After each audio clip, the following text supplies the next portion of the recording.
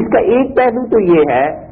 کہ کوئی شخص کسی کے وسیلے سے مانگتا ہے، اور ایک پہلو یہ ہے کہ کوئی شخص یہ سمجھتا ہے کہ یہ شفاعت اس کو کارگر ثابت ہو جائے گی اور وہ رسول اللہ صلی اللہ علیہ وسلم کے کسی اور ہستی کے ذریعے سے اپنا کام نکلوا لے گا۔ اصل مسئلہ یہ ہے شفاعت کس حد تک ہے اور قرآن پاک نے اس کی کیا تفصیل بیان کی ہے، اس مسئلے کو سمجھنا چاہیے۔ یہ سارا مسئلہ دو لفظوں میں یوں بیان کیا جا سکتا ہے کہ جتنے لوگوں کا یہ عقیدہ ہے کہ خدا کسی ہماری نہیں سنتا، خدا اس کی سن لے گا اور خدا سے فلاں بزرگ یہ کام کروا لیں گے، اس سارا مسئلہ اصل میں شفاعت اور سفارش کا ہے۔ سفارش بھی اسے کہتے ہیں، شفاعت بھی اسے کہتے ہیں کہ ایک ہی چیز ہے، صرف لفظ ہیں کہ فارسی میں اس کا ترجمہ کر دیا گیا، اردو میں ترجمہ ہو گیا شفاعت، وغیرہ اصل میں عربی کا لفظ شفاعت ہے، تو یہ چیز ہے۔ باقی اصل مسئلہ وہی شفاعت کا ہے۔ تو شفاعت کی ایک قسم تو یہ ہے کہ وہ خدا تعالیٰ کے سامنے یوں ہو جائے معاملہ جیسے کہ اللہ تعالیٰ کا علیہ باللہ یہ کارخانہ اس شخص کے دم سے چل رہا ہے۔ ایسی شفاعت قطعاً خدا کے ہاں نہیں ہے، نہ کسی کی مجال ہے، نہ ہمت ہے، نہ ہو سکتا ہے۔ مثلاً ایک بادشاہ ہے فرض کیجئے، اور بادشاہ کو پتا ہے کہ اس شخص کے پاس صوبے میں اتنی سیٹس ہیں، اتنی ووٹیں اتنے ووٹ اسے ملتے ہیں، وزیر اعظم ہے، اسے پتا ہے، تو جب اس کے پاس کوئی سفارش لے کے جاتا ہے کہ صاحب یہ اس آدمی کا کام کر دیجئے، تو وزیر اعظم بھی سوچتا ہے کہ اگر میں اس کی بات نہ مانوں اور ممکن ہے یہ اسمبلی میں میرے خلاف ہو جائے، استعفیٰ دے دے، تو پھر اس کا نتیجہ کیا نکلے گا کہ ایک سیٹ سے میں محروم ہو جاؤں گا اور میری بادشاہت وزارت خطرے میں پڑ جائے گی۔ یہ شفاعت اس قسم کی سفارش وہ جو کرتا ہے تو گویا وہ زور دے کے اپنی بات منوا رہا ہوتا ہے۔ اس کے خیال میں بھی ہوتا ہے کہ میری نہیں کیسے نہیں مانیں گے، تمہیں پتا ہے میرے ساتھ تو اسمبلی میں 6 ممبرز ہیں، 5 سیٹس ہیں، 1 سیٹ میری، یا اس قسم کی چیزیں، یہ شفاعت قہری کہلاتی ہے۔ قہر کہتے ہیں نا جبر کو، زور کو، طاقت کو، تو طاقت کے ذریعے اپنی بات منوانا اور جبر اور زور کے ذریعے بات منوانا، اللہ کے ہاں کسی کی ایسی کوئی سفارش نہیں چل سکتی۔ خدا تعالیٰ کے ساتھ کوئی ساجی نہیں ہے، کوئی شریک نہیں ہے کہ اللہ تعالیٰ اس کی بات کو رد کر دے تو علیہ باللہ خدا کو ڈر پڑ جائے کہ پھر اگر اس کی بات نہ مانی تو دنیا کا اتنا حصہ یہ میری مملکت سے نکل جائے گا، لوگوں میں ایسے ہو جائے ایسے ہو جائے۔ خدا کو کوئی چیز ایسی نہیں ہے۔ رسول اللہ صلی اللہ علیہ وسلم نے ایک بڑی طویل حدیث ہے، اس میں آپ نے فرمایا کہ لا مکرہ لہو، تم یاد رکھو کوئی چیز خدا کو مجبور نہیں کر سکتی، یعنی دنیا میں کوئی ایسی بات نہیں ہے جس سے اللہ تعالیٰ مجبور ہو جائے اور مجبور ہونے کے بعد وہ یہ کہہ دے کہ ٹھیک ہے بھائی اس کی بات تو ماننی ہے، اس کی بات رد نہیں کی جا سکتی ورنہ ہمارا ایسا نقصان ہو جائے گا علیہ باللہ۔ تو یہ نفع اور نقصان پورا خدا کے قبضے میں ہونے کے لیے، ماننے کے لیے یہ بھی ضروری ہے کہ اس کی نفی کرے کہ دنیا میں کوئی چیز ایسی نہیں ہے کہ اللہ تعالیٰ کے ذریعے سے جبرن منوا سکے، یا خدا کی اس کائنات میں اس کی سفارش قبول نہ کرنے سے خدا کی اس کائنات میں کچھ فرق آئے۔ رسول اللہ صلی اللہ علیہ وسلم نے عجیب بات فرمائی، مسند احمد میں آتا ہے، آپ نے فرمایا کہ اللہ تعالیٰ نے مجھ سے یہ بات کہی، یعنی حدیث قدسی ہے، خود رسول اللہ صلی اللہ علیہ وسلم راوی ہیں اس حدیث کے۔ آپ نے فرمایا اللہ تعالیٰ نے مجھ سے یہ بات کہی کہ اگر ساری دنیا مل جائے، جتنی مخلوق ہم نے یہ پیدا کی ہے، اور اشقا قلب رجل، اور بدبخت جو سب سے زیادہ آدمی دنیا میں ہو سکتا ہے، سب لوگوں کے دل اتنے برے میرے متعلق ہو جائیں، اتنی میری نافرمانی کرنے لگیں، ما نقص من ملکی شیئا، تو یہ دیکھیں میری سلطنت میں میرا کیا بگاڑ لیں گے، کچھ نہیں کر سکتے، اور یہ سارے اتنے اچھے ہو جائیں جتنا اچھا اس کائنات کا سب سے اچھا فرد ہے، یعنی رسول اللہ صلی اللہ علیہ وسلم مراد لیے جا سکتے ہیں کہ سب سے اچھے فرد تھے اس کائنات کے، تو ما زاد فی ملکی شیئا، پھر دیکھیں انہوں نے میری مملکت میں کیا اضافہ کر دیا، میری خدائی میں، میری بادشاہت میں کیا اضافہ اس سے ہو گیا۔ اور اس لیے فرمایا آگے چل کے کہ یہ سارے کے سارے میرے پاس اتنے گناہ لے کر آ جائیں، قراب الارض، کہ زمین کا چپا چپا ان کے گناہوں کی گواہی دے، تو لا ابالی، مجھے کوئی پرواہ نہیں ہے، میں معاف کر دوں گا، الا الشرک، مگر یہ کہ انہیں کہنا شرک لے کے میرے پاس نہ، اس لیے کہ شرک خدا کی ذات کے ساتھ کوئی عداوت دشمنی کی بات ہے۔ اور یہ اتنے میرے پاس گناہ کا لے کر آ جائیں کہ زمین اور آسمان دونوں ان کے گناہوں کی گواہی دیں اور درمیان کا خلا بھی کسی شخص کے گناہوں سے بھر جائے تو اللہ تعالیٰ نے فرمایا لا ابالی، کوئی پرواہ نہیں ہے ہمیں. یہ عجیب فکر ہے کہ لا ابالی یہ بادشاہی کہہ سکتا ہے، شہنشاہی کو زیب دیتا ہے. لا ابالی، ہمیں کوئی پرواہ نہیں اس کی، مگر دیکھو شرک کر کے نہیں لانا، وہ بہت بری چیز ہے، ایسی خراب ہے کہ اس کو ہم برداشت نہیں کرتے. باقی کوئی پرواہ نہیں ہے، ہم معاف کر دیں گے. اور اسی معنی میں وہ حدیث آئی ہے کہ رسول اللہ صلی اللہ علیہ وسلم اقنع الاسم، مسلم میں آتا ہے سب سے بدترین نام جو خدا کو لگتا ہے وہ یہ کہ کوئی یہ کہے کہ فلاں آدمی بادشاہوں کا بادشاہ بن گیا. اور سفیان ثوری رحمۃ اللہ علیہ نے فرمایا کہ مثل شہنشاہ، یہ ایسے ہی ہے جیسے ایران والے شہنشاہ استعمال کرتے ہیں فارسی میں، بادشاہوں کا بادشاہ. تو جب کوئی کہتا ہے تو رسول اللہ صلی اللہ علیہ وسلم نے فرمایا اللہ تعالیٰ کو اس بات پر غصہ آتا ہے اور وہ کہتا ہے انا ملک الملوک، میں بادشاہوں کا بادشاہ ہوں، کون ہے جو میرے علاوہ بادشاہوں کا بادشاہ ہو. تو لوگ اپنی جہالت کی وجہ سے شہنشاہ کے لفظ کو اللہ کے علاوہ غیر کے لیے بھی استعمال کرتے ہیں. نہیں کرنا چاہیے. یہ ان گناہوں میں سے ہے یہ جو بے لذت ہیں، یعنی جن کی میں کوئی لطف بھی نہیں، کوئی فائدہ بھی نہیں، اور خام خواہ آدمی گناہگار ہوا چلا جا رہا ہے. قرآن پاک میں اسی لیے آیا ہے کہ ان الذین یلحدون فی اسمائہ، اور جو لوگ خدا کے ناموں میں بگاڑ پیدا کریں گے، اللہ نے فرمایا ہم اپنے نام کا بھی مراد یہ ہے کہ انتقام ان سے لیں گے. کیوں ہمارے نام کو بگاڑا؟ تو ناموں کے بگاڑ میں سے یہ بگاڑ ہے.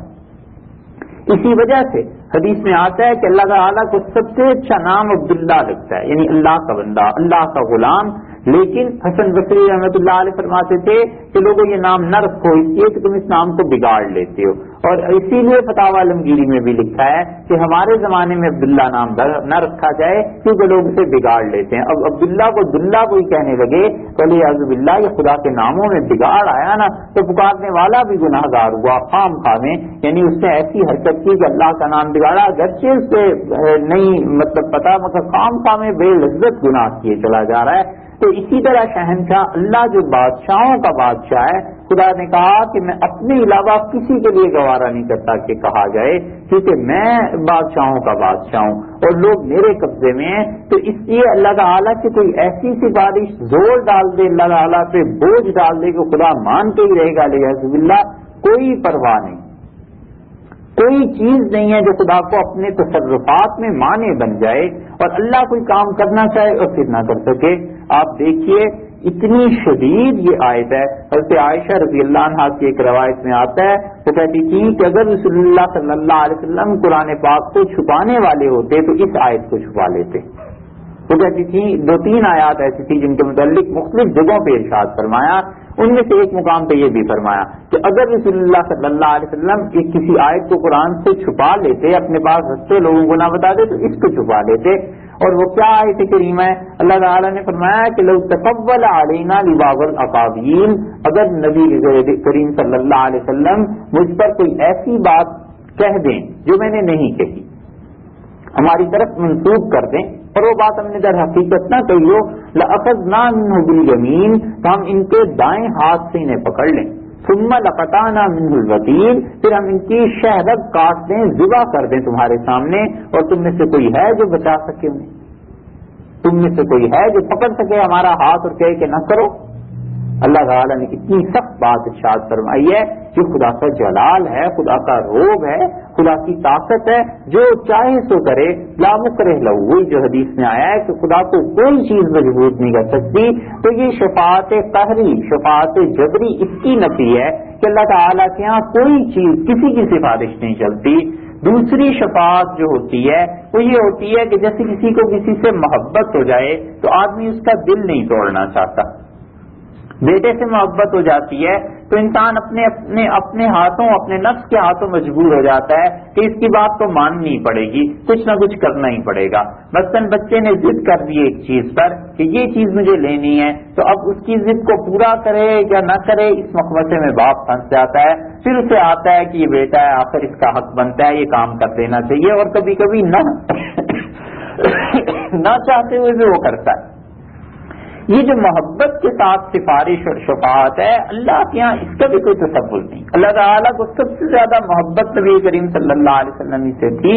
اور حضرت صلی اللہ علیہ وسلم پوری عزت، احترام، شرف، عظمت کے باوجود بعض چیزیں دعا مانگتے رہے. اللہ تعالیٰ نے فرمایا کہ نہیں، اس معاملے میں نہیں ہو سکتا. یہاں تک کہ کچھ معاملات ایسے بھی حدیث میں آئے ہیں جن کے متعلق منع کر دیا گیا کہ آپ اس بارے میں آئندہ بات نہیں کریں گے. تو اللہ کے ہاں ان سے زیادہ وجاہت اور محبت والا کون ہو سکتا تھا؟ رسول اللہ صلی اللہ علیہ وسلم نے فرمایا اپنے چچا کے متعلق، حضرت ابو طالب کے متعلق، یہ بات خیال میں رہنی چاہیے کہ حضرت ابو طالب کا قصہ ان کے کفر کا یہ بلا ضرورت فقہا نے لکھا ہے، نہیں بیان کرنا چاہیے. وجہ اس کی یہ ہے کہ ابو طالب کے ساتھ رسول اللہ صلی اللہ علیہ وسلم کو بہت تعلق تھا اور بہت انہوں نے کام کیا ہے. اتنا زیادہ کام انہوں نے کیا ہے، اتنی مدد کی ہے اسلام کے ابتدائی دور میں کہ جب ان کا انتقال ہوا تو رسول اللہ صلی اللہ علیہ وسلم نے ان کے انتقال کے بعد جب مکہ والوں نے تنگ کیا زیادہ، ایک آدمی نے حضرت صلی اللہ علیہ وسلم پر مٹی پھینک دی تو آپ نے گھر واپس آ کر کہا کہ خدیجہ رضی اللہ عنہ سے، یا غالباً کسی اور سے خدیجہ رضی اللہ عنہ کا بھی انتقال ہو گیا تھا، ان سے چند دن کے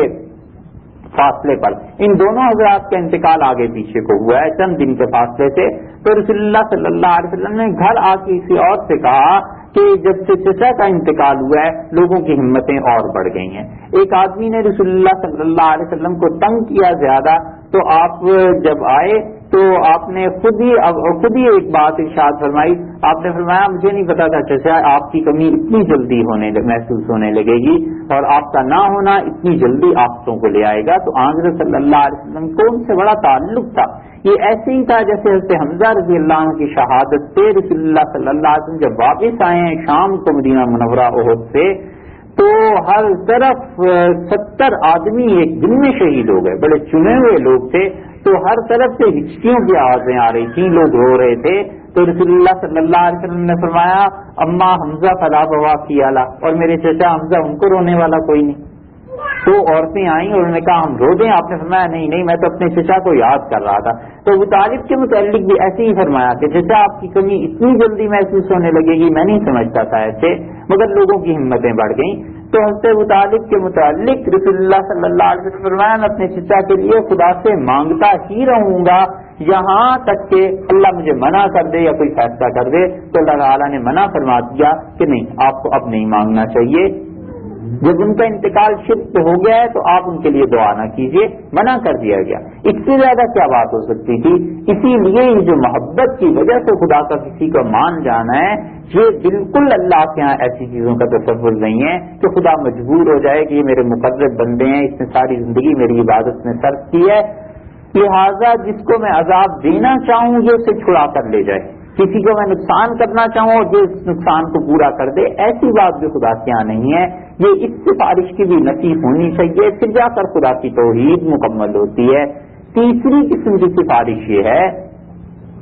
کہ ہوتا یوں ہے، اس کو مثال سے یوں سمجھنا چاہیے جیسے کہ بیٹا کوئی قصور کرتے اور باپ کو پتا ہے کہ اس کا قصور کچھ زیادہ نہیں ہے، لیکن وہ کہتا ہے کہ اگر میں نے اسے ایسے ہی چھوڑ دیا تو آئندہ کو اس کی ہمت اور بڑھ جائے گی. تو خود اپنے کسی دوست سے کہہ دیتا ہے، والدہ سے کہہ دیتا ہے بیٹے کی کہ آپ اس کی سفارش کر دیں، اسے لے آئیں تو میں اسے معاف کر دوں گا. تو باپ کا معاف کرنا اس وجہ سے ہوا کہ وہ خود چاہتا ہے. سفارش کی اجازت بھی اس نے خود دی اور خود ہی براہ راست یہ نہیں معاف کر دیا کہ کئی لوگوں کو ہمت اور جرأت نہ پڑ جائے. اس مثال میں بس ایسے ہی خدا کے ہاں بھی شفاعت ہو جاتی ہے. اسی لیے قرآن پاک میں کہیں شفاعت کا ذکر نہیں، مگر ساتھ ہی اللہ نے یہ فرمایا الا باذن، مگر وہ جس کو ہم اجازت دیں گے، مگر وہ جس کو ہم حکم دیں گے. تو حکم دیں گے کتنا، پھر اللہ تعالیٰ اس حکم پہ بھی پابندی لگا دیں گے کہ ہاں آپ کو اجازت ہے شفاعت ان کی کر دیجیے ان گناہگاروں کی، مگر اس حد تک. رسول اللہ صلی اللہ علیہ وسلم نے خود فرمایا، بخاری شریف میں آیا فَيَحُدُّ حَدًّا، ایک حد مقرر کر دی جائے گی کہ بس آپ اتنی سفارش کر سکتے ہیں، اس سے زیادہ نہیں. مثلاً کوئی آدمی حدیث میں آیا ہے کہ نماز پڑھتا تھا جماعت سے نہیں پڑھتا تھا، تو اس کا یہ گناہ جب آئے گا تو حضرت صلی اللہ علیہ وسلم کی شفاعت سے اس کا یہ گناہ معاف کر دیا جائے گا. کہ وہ آدمی جماعت سے نماز نہ پڑھنے کا جو گناہ تھا اس کی سزا اسے نہیں دی جائے گی کہ اچھا چلو اللہ تعالیٰ کی طرف سے اس سے درگزر کر دیا گیا، تو وہ اللہ تعالیٰ خود چاہیں گے کہ ان کی کوئی سفارش کر دے، اور پھر اللہ تعالیٰ اجازت دیں گے لوگوں کو کہ تم اس کی سفارش کرو، اور انبیاء علیہ السلام کریں گے اپنی اپنی امتوں کی، اور سب سے بڑی شفاعت نبی کریم صلی اللہ علیہ وسلم کی ہوگی۔ اللہ تعالیٰ تم لوگوں کو نصیب فرمائے۔ تو یہ وہ چیز ہے جس کا حدیث میں بھی تذکرہ آیا ہے، قرآن میں بھی تذکرہ آیا ہے۔ آیت الکرسی آپ اور ہم سب پڑھتے ہیں، اللہ تعالیٰ نے اس میں بھی فرمایا کہ لا یشفع عنہ الا باذنہ، کوئی اللہ کے سامنے سفارش نہیں کر سکے گا کسی کی مگر جب تک اللہ کی طرف سے اجازت نہیں دی جائے گی، اللہ کی طرف سے حکم نہیں ہوگا۔ تو شفاعت کو مطلق لے لینا، یعنی یہ سمجھنا کہ اس میں کوئی قید ہی نہیں ہے، یہ بات نہیں ہے۔ قرآن پاک کو آپ پڑھیے، جہاں بھی شفاعت کا ذکر ہے اللہ نے فرمایا لا یشفعون عنہ، اللہ کے ہاں کوئی شفاعت کر ہی نہیں سکتا جب تک کہ اللہ کی طرف سے اجازت نہ دے دی جائے۔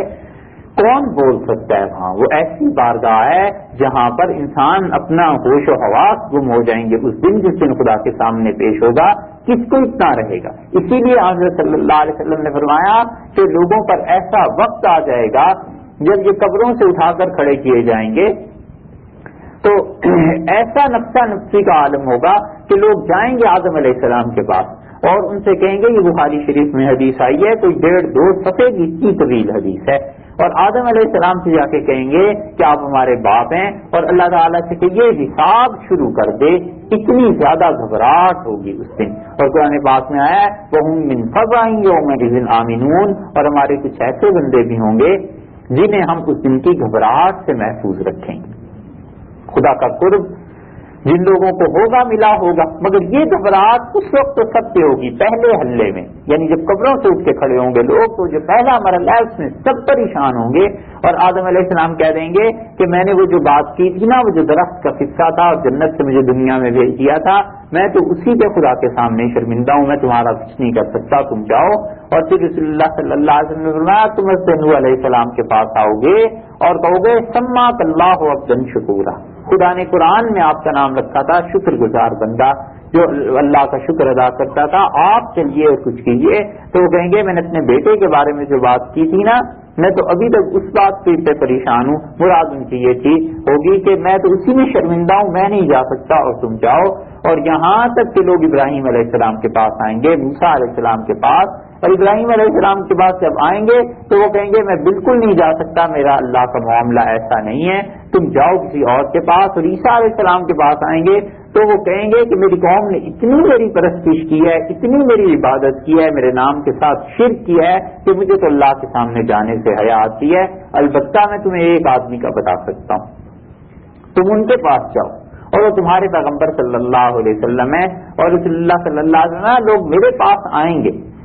اور ہر نبی یہ کہہ رہا ہوگا کہ رب نفسی نفسی، اللہ مجھے بچا لے، اے پروردگار مجھ پر رحم کر۔ اور آپ نے فرمایا میرے پاس آئیں گے تو میں اللہ تعالیٰ سے جا کے بات نہیں کہہ سکوں گا اور میں سجدے میں پڑ جاؤں گا۔ یہ ہے اللہ کا جلال کہ حضرت صلی اللہ علیہ وسلم نے صاف فرمایا میں کچھ نہیں کہہ سکوں گا اور سجدہ کرتا رہوں گا، ایک مدت گزر جائے گی سجدے پہ، اور آپ نے فرمایا کہ میرے دل میں خدا خود ڈالے گا کہ ان کلمات کے ذریعے میری حمد و ثنا کرو، اور آپ نے فرمایا مجھے ابھی اس وقت تک معلوم نہیں ہوں گے۔ تو یہ لوگ کہتے ہیں کہ حضرت صلی اللہ علیہ وسلم کو ہر چیز کا علم ہو گیا تھا، اس حدیث پہ غور کرنا چاہیے۔ آپ نے فرمایا مجھے اس وقت تک معلوم نہیں ہوں گے اور میرے دل میں ڈالا جائے گا، اور جب میں خدا کے لیے وہ تعریف کے کلمات کہوں گا تو اللہ تعالیٰ خوش ہو جائیں گے، اور مجھ سے کہا جائے گا کہ ارفع رأسک، آپ سر اٹھائیے اور آپ فرمائیے، آپ کہیں آپ کی بات سنی جائے گی۔ اور آپ نے فرمایا میں اللہ تعالیٰ سے درخواست کروں گا کہ اللہ لوگوں کی کا حساب و کتاب شروع کیا جائے، اور پھر میری درخواست پر آپ نے فرمایا یہ چیزیں ہوں گی، اور پھر مجھے اجازت دی جائے گی کہ میں اپنی امت کی شفاعت کروں۔ پھر رسول اللہ صلی اللہ علیہ وسلم نے فرمایا میں شفاعت کرتا رہوں گا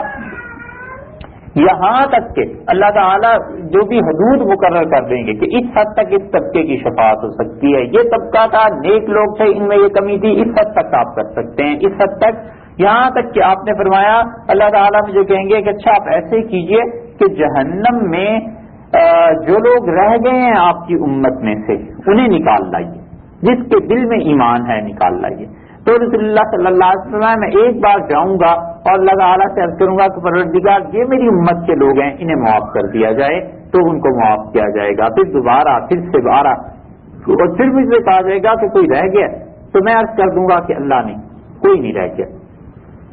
تو اللہ تعالیٰ 1 یا 1.5 لب کے برابر، لب تو ہوتی ہے نا ہاتھ، یہ اللہ ہی جانتا ہے کیسی اس کی لب ہوگی، کچھ پتا نہیں ہے. تو اللہ تعالیٰ 1 یا 1.5 لب کے برابر فرمایا میری امت میں سے لوگوں کو نکالیں گے اور مجھے کہیں گے کہ ان کے دل میں اتنا کمزور ایمان تھا آپ کو معلوم نہیں ہو سکا، انہیں بھی لے جائیے جنت، یہ بھی ساتھ چلے جائیں گے. ہمارے ساتھ کہتے تھے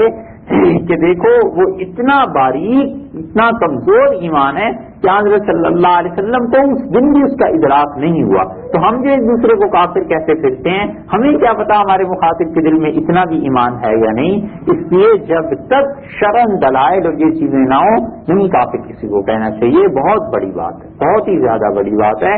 تو وہ فرمایا کہ اس کے بعد اللہ تعالیٰ فرمائیں گے اچھا ہر اس شخص کو آج جہنم سے نکالو من ذکرنی یومن، جس نے ایک دن بھی مجھے یاد کیا ہے نا، آج کے دن ہم حرام کر دیتے ہیں جہنم اس پہ، اسے بھی نکال لو. تو یہ اللہ کا قہر ہے، اللہ کی حکومت ہے، اللہ تعالیٰ کا جلال ہے کہ ہمت نہیں پڑے گی لوگوں کی وہاں پہ بات کرنے کی، مگر وہ جس کو اللہ اجازت دے دیں گے. اسی طرح فرشتے سفارش کریں گے، فرشتے اللہ کے یہاں پیش ہوں گے، وہ کہیں گے پروردگار یہ تیرے بندے ایسے ایسے تھے، ایسی ایسی نیکیاں ان کی تھیں، اللہ انہیں معاف کر دے.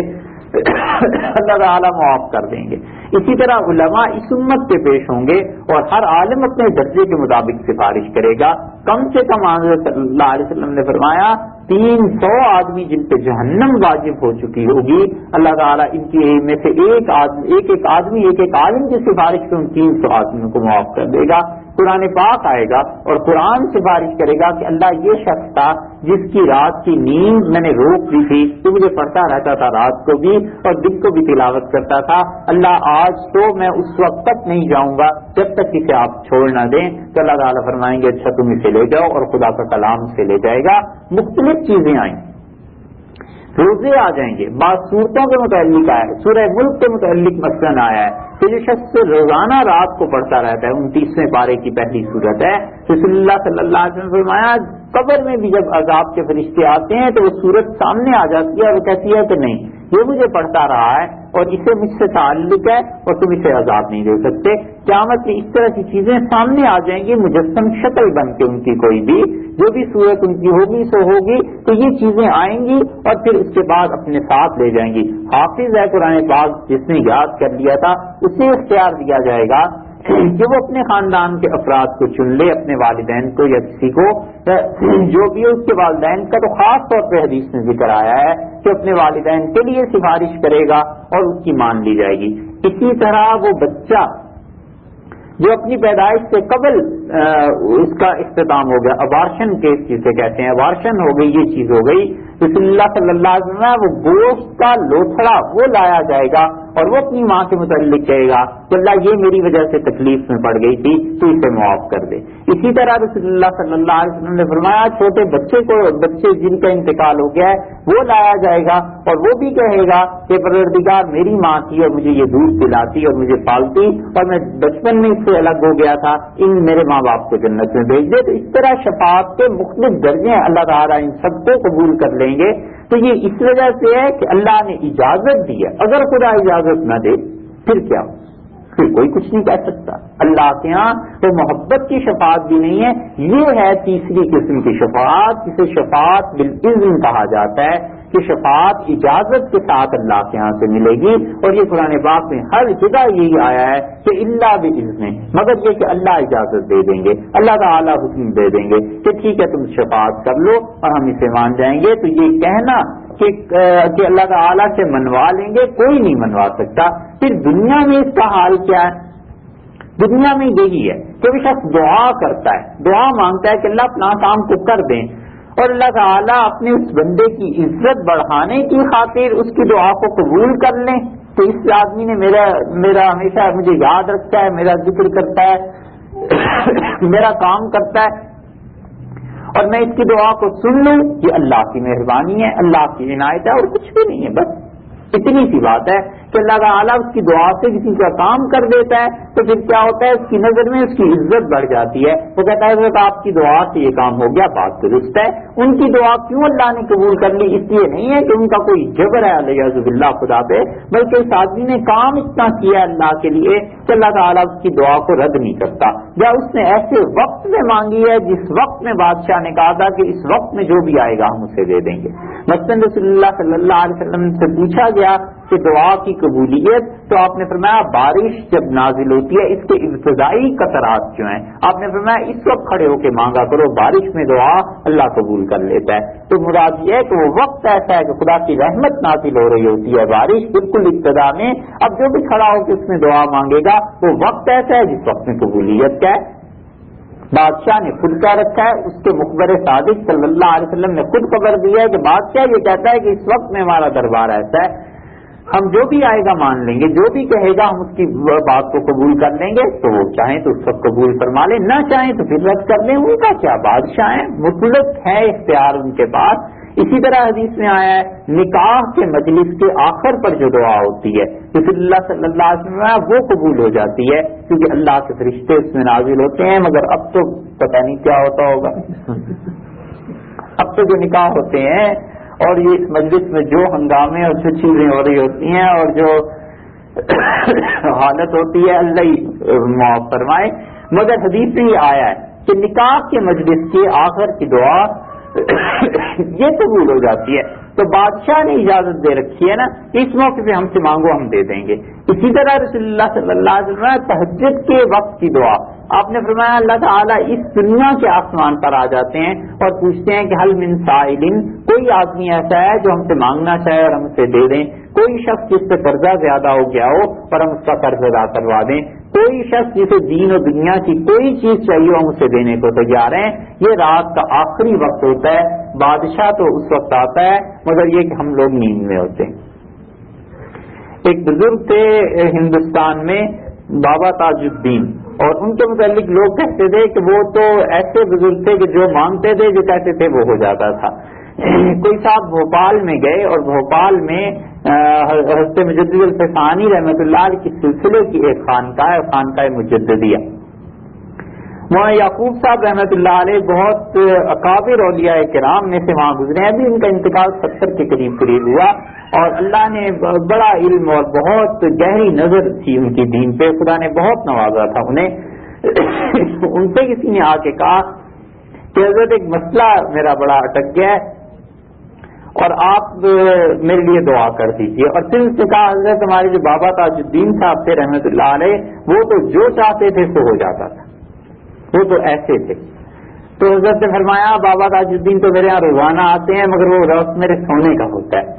انہیں بڑا تعجب ہوا. ان کا حضرت ان کے تو انتقال ہوئے اتنے برس ہو گئے اور آپ کے یہاں روزانہ آتے ہیں. کہنے لگے ہاں یہ جو صفت آپ نے بیان کی نا کہ جو چاہیں تو کر سکتے ہیں، یہ تو اللہ کی صفت ہے. اور صحیح حدیث میں آیا ہے کہ وہ رات کے آخری حصے میں آتے ہیں مگر میں کیا کروں بابا تاج الدین جس وقت آتے ہیں اس وقت ہم سو رہے ہوتے ہیں. تو اس سے ان سے آپ کو عقل آئی کہ ایسی بات کسی کے متعلق نہیں کہنی چاہیے کہ جو چاہے تو کر سکتا ہے، یہ اللہ ہی کی ذات ہے. تو وہ بادشاہ نے خود اجازت دے رکھی ہے کہ اس وقت میں جو چاہے مانگ لے. اسی طرح اشخاص کے اوقات ہیں نا، یہ اسی طرح اوقات کے علاوہ جگہوں کے متعلق بھی ہے.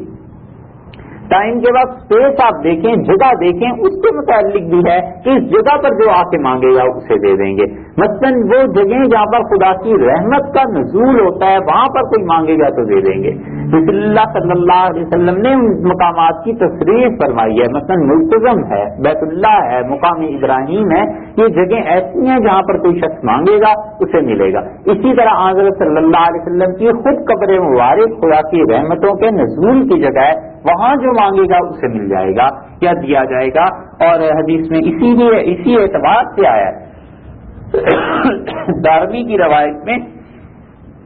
کہ مدینہ منورہ میں بارش نہیں ہو رہی تھی اور ایک طرح کی قحط سالی ہو گئی. تو لوگ گئے سے عائشہ رضی اللہ عنہا کے پاس اور عرض کیا کہ بارش نہیں ہو رہی کیا کریں. تو اسے عائشہ رضی اللہ عنہا نے فرمایا کہ اس میرے گھر کی چھت کو کھول دو. اور بارش خدا کی رحمت ہے اور رحمت کو سب سے زیادہ جو جگہ ڈیزرو کرتی ہے وہ حضرت صلی اللہ علیہ وسلم کی قبر مبارک ہے، تو یہاں نازل ہو جائے. تو انہوں نے چھت تھوڑا سا ہٹا دیا تو بارش ہو گئی. اور اتنی بارش ہوئی، اتنا سبزہ اگایا کہ جانور جو پہلے بھوکے مر رہے تھے کھا کھا کے چربی کی وجہ سے ان کے جسم پھٹنا شروع ہو گئے۔ اس سال کا نام پڑ گیا عام الفتق، ایسا سال جس میں جانوروں کے چربی کی وجہ سے، موٹاپے کی وجہ سے، گوشت کی وجہ سے جسم پھٹنا شروع ہو گیا۔ اس سال کا نام ایسا پڑ گیا۔ تو حضرت صلی اللہ علیہ وسلم کی قبر مبارک وہ ایسی جگہ ہے جہاں خدا کی رحمت نازل ہوتی ہے، لیکن دیکھیے توحید کو کتنا محفوظ رکھا ہے امت نے، فقہا نے۔ وہ کہتے ہیں حضرت صلی اللہ علیہ وسلم کی قبر مبارک پر جا کر جب چہرہ مبارک کی طرف کھڑا ہو اور سلام پیش کرے، اور صحیح ہے مطلب دعا مانگنی ہو تو قبلے کی طرف منہ کر لے اور پشت کر لے حضرت صلی اللہ علیہ وسلم کی قبر کی۔ توحید جو اسلام کی پہلا رکن ہے اور پہلی چیز ہے، یہ قائم ہے۔ اور اسی کے بعد جو اللہ کے نیک بندے ہیں ان کی قبریں ہیں، ان پر بھی خدا کی رحمتیں نازل ہوتی ہیں، وہاں پر کوئی آدمی جا کر دعا مانگتا ہے، اسی لیے فقہا کی اجازت ہے، وہ کہتے ہیں وہاں پر جا کے دعا مانگے گا تو قبول ہو جائے گی، مگر یہ کہ وہ قبر کی طرف منہ کر کے دعا نہ مانگے، لیکن کسی کو شبہ نہ ہو، بس وہاں تو بالکل ہاتھ اٹھائے ہی نہیں۔ ہم کہتے ہیں اول تو ایسے مطالعات پہ جانا ہی نہیں چاہیے جہاں پہ عورتیں مرد سب مختلط ہیں اور کوئی تفریق نہیں ان میں، وہاں جانا ویسے بھی شرعاً حرام ہے، لیکن اگر کوئی ایسی جگہ ہو جہاں پر اور چیزوں کی پابندی کی جاتی ہو تو ان کی قبر پہ بھی جا کے ہاتھ نہ اٹھائے، کہیں کسی ناواقف کو یہ شبہ نہ ہو کہ یہ بزرگوں سے مانگ رہا ہے، یا کم سے کم اہل بدعت سے تو مشابہت ہو ہی جائے گی۔ بچنا چاہیے ان چیزوں سے، دور دور تک ایسی چیز نہیں آنی چاہیے جس سے کسی پہلو میں بھی اللہ کے ساتھ علیہ باللہ شرک کی کوئی چیز نکلتی ہو۔ رسول اللہ صلی اللہ علیہ وسلم نے اتنی حفاظت فرمائی ہے کہ ایک آدمی نے یہ کہہ دیا تھا کہ ما شاء اللہ و ما شاء محمد، جو اللہ تعالیٰ چاہیں گے وہ ہوگا اور جو حضرت صلی اللہ علیہ وسلم چاہیں گے وہ ہوگا۔ رسول اللہ صلی اللہ علیہ وسلم نے پکڑ لیا اس کا کندھا اور آپ نے جھنجھوڑا اس سے، اور آپ نے فرمایا جعلتنی للہ ندا، مجھے خدا کا شریک بناتے ہو، قولوا ما شاء اللہ فقط، صرف یہ کہا کرو کہ ما شاء اللہ، جو اللہ نے چاہا، جو اللہ چاہے گا وہ ہوگا، صرف یہ کہا کرو، میرا نام مت، اتنا زیادہ۔ تو اس لیے جگہیں جہاں پر دعا کی قبولیت ہو جاتی، اور ان جگہوں میں کوئی چیز ایسی نہیں ہے جو خدا کو مجبور کر سکے کہ اللہ اس کی بات مان لیجیے، کوئی چیز ایسی نہیں ہے۔ اسی طرح تیسری چیز جو دعا کی قبولیت ہو جاتی ہے وہ اشخاص ہیں، مثلاً والدین کی دعا ہے اولاد کے حق میں قبول ہو جاتی، اولاد کی دعا ہے والدین کے حق میں قبول ہو جاتی ہے۔ قرآن پاک میں آیا ہے نا، اولاد کو حکم دیا گیا ہے کہ تم اپنے والدین کے لیے دعا کرتے رہو کہ اللہ ان دونوں پر اس طرح مہربانی کر جس طرح انہوں نے مجھے بچپن میں پالا تھا، میرے ساتھ مہربانی کی تھی۔ تو خدا نے اسی لیے تو حکم دیا ہے کہ اس کو اللہ تعالیٰ قبول کرے اور ان کے درجات اگر وہ جنت میں پہنچ گئے تو بلند کرے، اور دنیا میں تو ان سے رحمت کرے۔ یہ ساری چیزیں اب اشخاص میں مثلاً حدیث میں یہ آیا ہے کہ جس شخص کو رسول اللہ صلی اللہ علیہ وسلم نے فرمایا قرآن کی تلاوت نے اس بات سے، میرے ذکر نے یا قرآن کی تلاوت نے دونوں روایات ہیں اور دونوں ہی صحیح ہیں، آپ نے فرمایا کہ اللہ تعالیٰ نے فرمایا جس شخص کو میری یاد نے، میرے کام نے، میرے ذکر نے یا قرآن پاک کی تلاوت نے اس سے منع کر دیا، روک دیا، اتنی فرصت مہلت نہیں ملی کہ مجھ سے دعا وہ مانگے، میں اسے مانگنے والوں سے زیادہ بہتر خود ہی عطا کر دوں گا، کیونکہ میرے کام میں لگا رہا۔ قرآن پاک ہے وہ دن رات پڑھتا پڑھاتا ہے، اسے اتنی فرصت نہیں ملی کہ کبھی بیٹھ کے جم کے اللہ سے دعا مانگتا، بہت سے کام اور آ گئے تو فکر نہیں، پرواہ نہیں، اس کو اور زیادہ دیا جائے گا کیونکہ اس انسان کو اللہ کی یاد نے اتنا محو کر دیا اور کاموں میں اتنا الجھ گیا۔ مگر یہ بھی مراد نہیں ہے کہ جان بوجھ کے دعا سے غفلت برتی جائے، مگر کسی پہ حالت ایسی آ جائے تو اس کے لیے یہ خوشخبری حدیث میں آئی ہے، افراد کی دعا قبول ہو جاتی ہے، مظلوم کی دعا قبول ہو جاتی ہے۔ رسول اللہ صلی اللہ علیہ وسلم نے فرمایا جس پہ ظلم ہو اس کی دعا کے لیے اللہ تعالیٰ فرماتے ہیں میں اسے ضرور قبول کر لوں گا۔ وہ عورت جس کو ظلم سے طلاق دی جائے، ایک تو ہے وہ خود طلاق مانگے کسی وجہ سے یا اور معاملات، اور وجہ بھی ایسی جو شرعاً جائز نہ ہو، ایسی بات نہیں ہے، مگر ایسی عورتیں جن کو ظلم سے طلاق دی جاتی ہے، اس کا کوئی قصور نہیں ہے۔ ابن ماجہ میں آیا ہے رسول اللہ صلی اللہ علیہ وسلم فرمایا اللہ تعالیٰ اس کے متعلق کہتے ہیں کہ تو صبر کر ولو بعد حین، تھوڑی دیر ٹھہر جا میں تیری ضرور مدد کروں گا۔ اور ایک حدیث میں آتا ہے کہ اللہ تعالیٰ اس جگہ پر آ جاتے ہیں، یہ جو بادل تمہیں نظر آتے ہیں اس میں آ کے خدا اسے تسلی دیتا ہے اور کہتا ہے تو صبر کر اور میں تیری ضرور مدد کروں گا۔ اور اگرچہ کچھ دیر ہو جائے، اور پھر واقعی اس ظلم کی طلاق وہ وبال پڑ جاتا ہے دینے والے پہ، جو بھی ظالم ہوتا ہے، جیسا بھی ظلم کرتا ہے، جو بھی مظلوم ہوتا ہے، اس کی مدد خدا کی طرف سے آتی ہے، اگرچہ دیر سویر ہو جائے مگر خدا کی طرف سے مدد کی جاتی ہے۔ تو یہ اشخاص ہیں، دعا قبول ان کی ہو جاتی ہے، مگر کوئی بھی ایسی چیز نہیں جو اللہ کے ہاں جبر کر سکے کہ اللہ تعالیٰ ضرور اس کو قبول کر لے۔ مالک کہنا چاہے نہ کرے، کون کچھ کہہ سکتا ہے، کسی کا زور نہیں چلتا۔ تو یہ صفات کی تیسری قسم ہو گئی۔ کیا اس شبے کا حل ہو گیا کہ جو لوگ کہتے ہیں کہ فلاں بزرگ اس کی دعا یقیناً اللہ نے ان کی سن لی تھی، قبول فرما لی تھی، لیکن ان کے شرف اور عزت بڑھانے کی خاطر، تاکہ لوگوں کو پتا چلے کہ اس انسان کا مرتبہ، اس کا تعلق ہمارے ساتھ کیسا ہے، ہم اس کے مانگے کو رد نہیں کرتے، لیکن اس کا بھی جبر خدا پر نہیں چلتا۔ یہ چیزیں، اور اس سارے مسئلے میں آخر پہ بات رہ گئی، اب خیال اب یہ بات واضح ہو جاتی ہے کہ وسیلہ جو ہے وہ کیا چیز ہے۔ وسیلہ اصل میں تو اعمال کا ہو جاتا ہے، پھر کہ جو اس نے نیک اعمال کیے ہوتے ہیں انہی کا وسیلہ ہو جاتا ہے نا، کہ اللہ یہ تیرا ایسا بندہ، ہم اس کے واسطے یا وسیلے سے مانگتے ہیں۔ تو کسی شخص کا یہ عقیدہ ہے، نظریہ، کہ اللہ اس کے اعمال اتنے اچھے تھے، وہ ان اعمال کی وجہ سے تیرا اچھا بندہ تھا، اس کے وسیلے سے مانگتے ہیں، اس میں کوئی حرج نہیں، مگر عقیدے کا صحیح رکھنا ضروری ہے۔ اور اگر عقیدہ یہ ہو کہ اتنی بڑی ہستی کا واسطہ دیا ہے، اب اللہ تعالیٰ کیسے رد کرے گا، اب تو علیہ باللہ پھنسا دیا ہے میں نے خدا کو بری طرح، علیہ باللہ، یہ ہے وسیلے کی وہ قسم جو حرام ہے، بالکل اس مسئلے میں نہیں پڑنا چاہیے۔ مگر کسی انسان کا عقیدہ درست ہے اور وہ سمجھتا ہے کہ یہ وسیلہ اس لیے پیش کیا جا رہا ہے کہ اللہ تعالیٰ کا نیک بندہ تھا، حضرت صلی اللہ علیہ وسلم کو خدا نے نبوت دی تھی، تو پھر قبولیت دعا کے چانسز بڑھ جاتے۔ یہ ہے اعتدال کی راہ، کہ نہ تو بالکل انکار کر دے اور نہ ہی بالکل اس کو اجازت دے دی جائے، بلکہ اس کا عقیدہ دیکھا جائے کہ کس عقیدے کے تحت وہ مانگ رہا ہے۔ اسی لیے حدیث میں آیا ہے، حضرت عبداللہ ابن عباس رضی اللہ عنہ وغیرہ کی روایات میں آتا ہے، حضرت عمر رضی اللہ عنہ کے زمانے میں جب قحط پڑ گیا تھا تو حضرت عمر رضی اللہ عنہ نے دعا کے لیے حضرت عباس رضی اللہ عنہ کو بلایا، حضرت صلی اللہ علیہ وسلم کے چچا کو۔ اور بخاری میں حضرت عمر رضی اللہ عنہ کے یہ لفظ آئے ہیں، انہوں نے کہا پروردگار، جب تک حضرت صلی اللہ علیہ وسلم زندہ تھے ہم ان کے وسیلے سے بارش مانگا کرتے تھے، اور اب ان کا انتقال ہو گیا ہے تو اب ہم ان کے چچا کو تیرے سامنے لائے ہیں، اے اللہ ہمیں ہلاک نہ کر اور بارش دے دے۔ اور پھر حضرت عباس رضی اللہ عنہ سے کہا کہ آپ دعا کیجئے، پھر انہوں نے دعا بھی کی، بارش بھی ہو گئی۔ تو وہ حضرت عباس رضی اللہ عنہ کا وسیلہ در حقیقت رسول اللہ صلی اللہ علیہ وسلم ہی کے قرب کی وجہ سے تو ہے، ان کے چچا ہونے کی وجہ سے ہی تو ہے۔ تو اس کی کسی انسان کو نیک اعمال کا بھی وسیلہ ہو جاتا ہے۔ جیسے وہ مشہور حدیث ہے نا کہ 3 آدمی ایک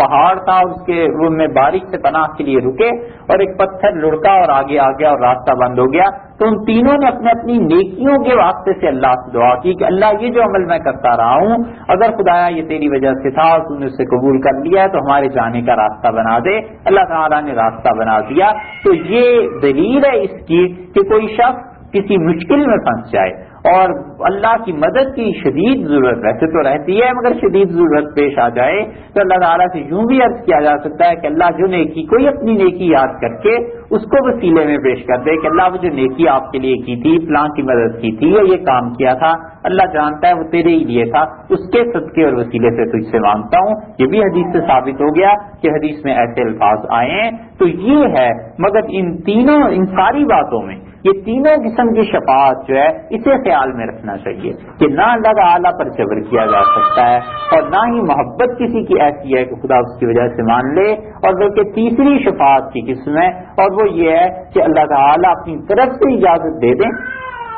اور پھر اس کی سفارش کو مان جائیں، اس کی دعا کو سن لیں۔ اور کس کی دعا کو اللہ تعالیٰ سن لیتے ہیں؟ بس یہ اللہ ہی کو معلوم ہے۔ کبھی جگہ کی وجہ سے دعا کی قبولیت ہو جاتی ہے، کبھی ٹائم وقت ایسا ہوتا ہے جس میں قبولیت ہو جاتی ہے۔ اسی طرح مثلاً اس سے ایک اور بات خیال میں آئی، رسول اللہ صلی اللہ علیہ وسلم 24 گھنٹے دن اور رات،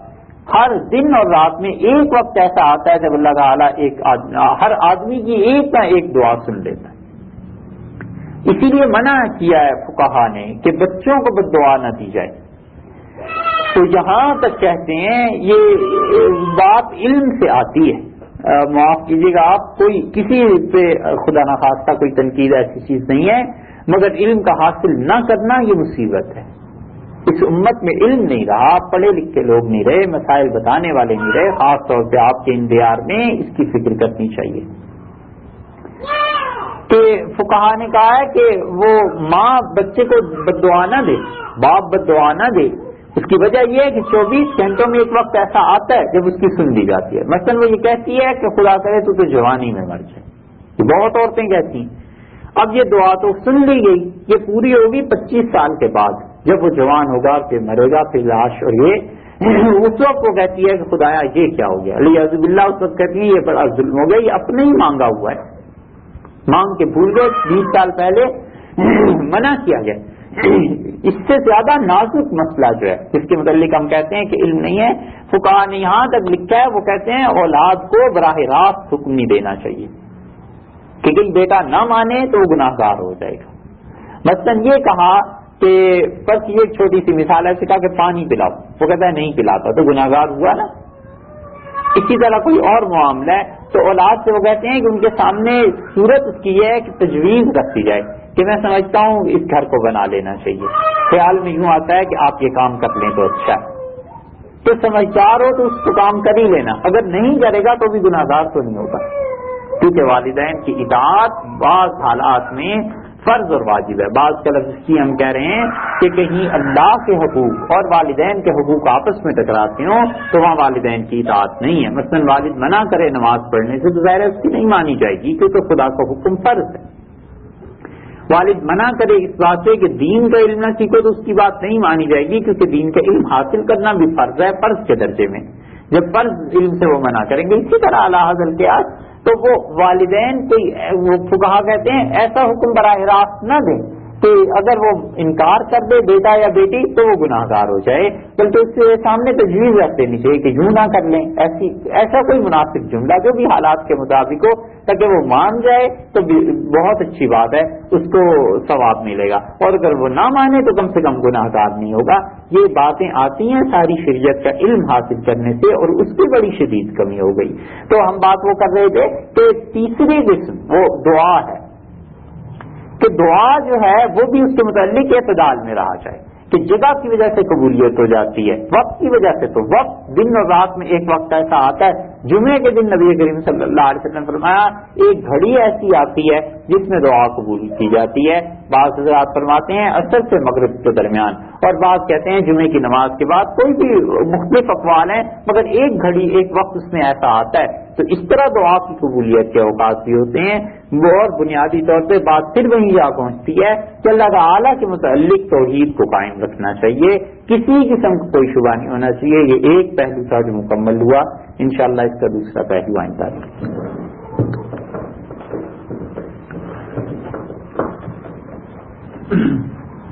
سلام یہ جو کرتے ہیں وہ غلط ہے؟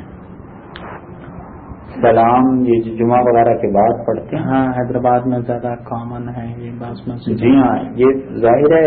حضرت صلی اللہ علیہ وسلم پہ ایک تو درود شریف کا پڑھنا ہے، سلام کا بھیجنا ہے، وہ تو ضروری ہے، جیسے نماز کے آخر پر ہے، سنت موقع ہے ہمارے نزدیک، بعض کو کہا کہ ہاں جسے امام شافعی رحمۃ اللہ علیہ کے نزدیک واجب ہے۔ اسی طرح اللہ تعالیٰ نے فرمایا ہے کہ رسول اللہ صلی اللہ علیہ وسلم پہ درود بھیجو تو زندگی میں ایک بار پڑھنا تو فرض ہے، اور اسی طرح مختلف اوقات میں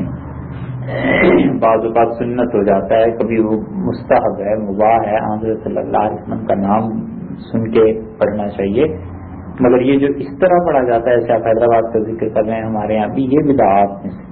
یہ ایسی چیزیں جو لوگوں نے اپنے پاس سے بنا دی ہیں، اس کی کوئی اصل نہیں، کہیں بھی یہ نہیں ملتا کہ صحابہ رضی اللہ عنہ جب جمعہ پڑھ لیتے ہوں تو وہ پھر اس طرح کھڑے ہو جاتے ہوں یا صلاۃ و سلام پڑھتے ہوں، یہ چیزیں یہ بات کی اس طرح۔ یہ لوگ جو فاتحہ وغیرہ کرتے ہیں وہ کیا چیز ہے؟ فاتحہ کیا